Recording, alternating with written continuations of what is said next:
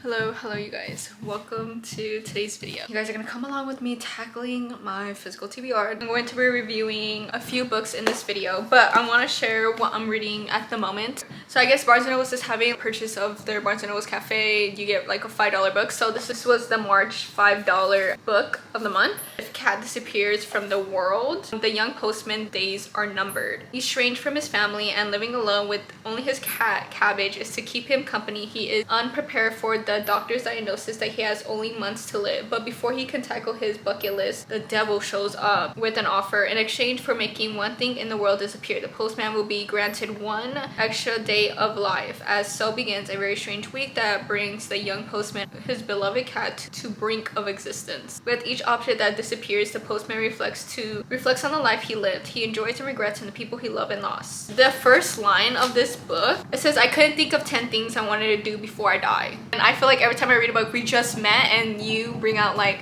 the hardest lines out there. Like, I know, I was like, dang, okay. So I feel like this is gonna be one of those books that are like really meaningful. It's probably gonna stab me in the heart. And there's a cat named Cabbage. Like, what more do you need? I really want to get into more Japanese literature. This might be my first one. So anyways, let's talk about the books that I'm going to be reading in this video. Most of these books I read on my Kindle, so I don't have the physical book, but the first book I'm going to be reading in this video is called A Love Letter to Whiskey. Everyone raves about this book. So I was telling my mom about this book because my mom, she is obsessed with thrillers and mystery, detective. She is obsessed with those kind of books.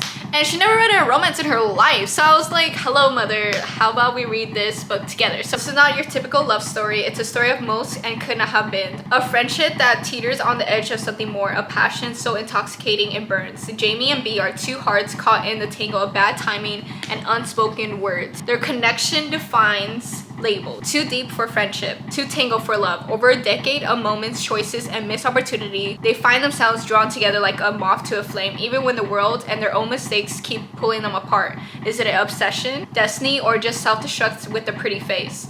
Sometimes love isn't about finding the right person, it's about the moment when everything aligns. But what if the moment never comes? Forward from the author, right when you begin, when you read that little passage. So it says, "I think that's when you know you have created something magical, with the pain outweighs the pleasure. The same way Jamie and B struggled against their warning emotions, and I did the same with my own. Through all of this, however, there has only been one rather big complaint over the years, the ending. How could I do that, leave you with just 6 little words to wrap around 11 years of torture? In my heart, that was the right ending, and from the emotion it evoked in many of you, I think you agree, even if you almost wanted to strangle me, which is completely fair. Here's to another shot, because let's be honest, the addiction never dies." When I read that, and I was like, this one is going to break my heart. I want to read like a good book that makes me cry and all these emotions. Hopefully it is this book. Let's get on reading A Love Letter to Whiskey.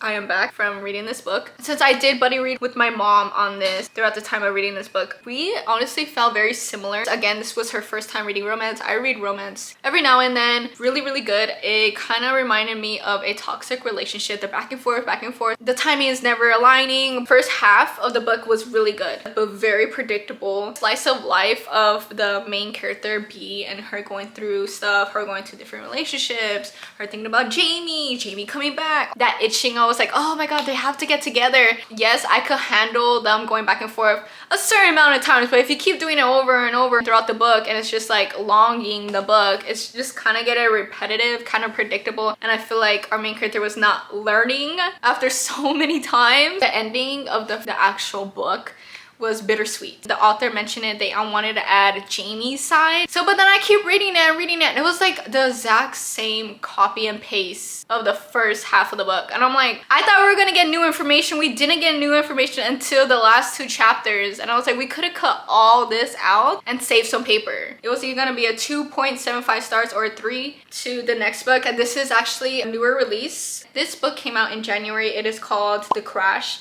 by Frida McFadden. This one is about Tangent is 8 months pregnant, alone, and desperately wants to put her crumbling life in the rearview mirror. So she hits the road planning to stay with her brother until she can figure out her next move, but she doesn't realize she's heading straight into a blizzard. She never arrives at her destination, stranded in Maine with a dead car and broken ankle. Tangent worries she made a terrible mistake. Then a miracle, she is rescued with a couple who offers her in a room in a warm cabin until the snow clears.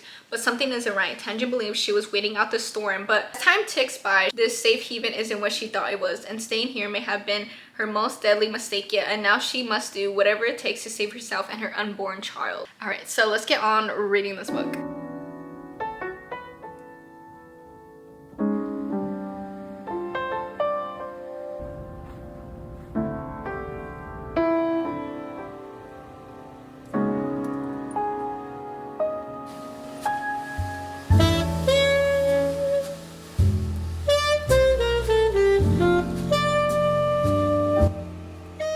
Finished The Crash. It was good, fast-paced. I don't know why, but the Housemaid series are always gonna be top tier for me for Frida McFadden. This one was just like average 3 stars. Oh my god, I am so excited for this book. Hold on. I am so excited to read this book. I got this at Half Price Books. Look at this cover. So perfect for Valentine's Day. But this is The First Time Caller by B.K. Borson. A hopeless romantic meets a radio host in this cozy, sleepless, in Seattle inspired love story. Hold! When I said that, I was like, a 90s movie inspired? But guess what I found at Goodwill? Guess what I found? After reading this book, guess what I found?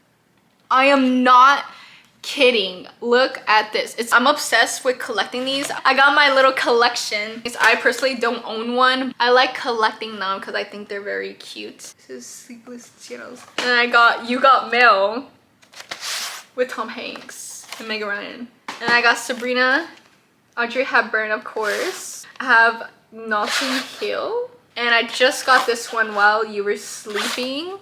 Anyways, we're following 2 main characters. We have Aiden. He is the male main character. Aiden Valentine has a secret. He has fallen out of love with love. And as the host of Baltimore Romance Hotlines, that's a bit of a problem. But when a young girl calls into the station asking for dating advice for her mom, interview goes wild. Lucy Stone is the female main character. She is a single mom. She has a good job, a credible family. She begins to question if she is as happy as she believed. Maybe a little more romance wouldn't be such a bad thing. Everyone wants Lucy to find her happy ending, even the handsome man calling the shots. But when sparks begins to fly behind the scenes, Lucy must make the final decision between the radio sponsored Happily Ever After or the man in the headphones next to her. Let's start reading this book because I am way too excited to talk about this book.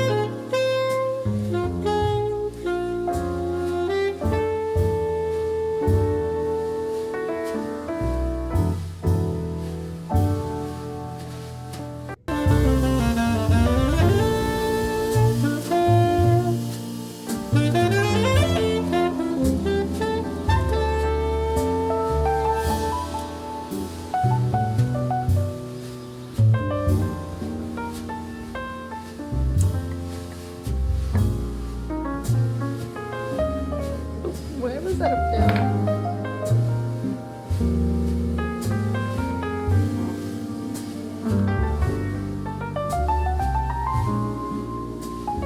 Aiden and Lucy, I love them. Mother and daughter relationship, it was really nice to read about. I have honestly dog-eared some of the parts that I really liked, and I'm going to tab it. I have got all sorts of love in my life. I'm still yearning for something more. This book is a definition of yearning. Gave it a 4.25. Everything about this book was really top tier for me, and I can't wait for BK Borson new book is coming out. Actually, I follow her on Instagram, and guess what? She's making book 2, and I am so excited for that book. It's gonna be a 90s inspired When Harry Met Sally, and I was like, oh my god. BK Borson, if you are sending out arcs, send them my way. I did message BK Borson. I asked her for an arc, and I also asked her if her 3rd book, if she's going to continue the series, if she's really heavily inspired with 90s movies. I asked her if she can do You Got Mail movie. So honestly, she doesn't know who I am. That is basically it for today's video. Thank you guys so much for watching, and I'll see you in my next video. Bye!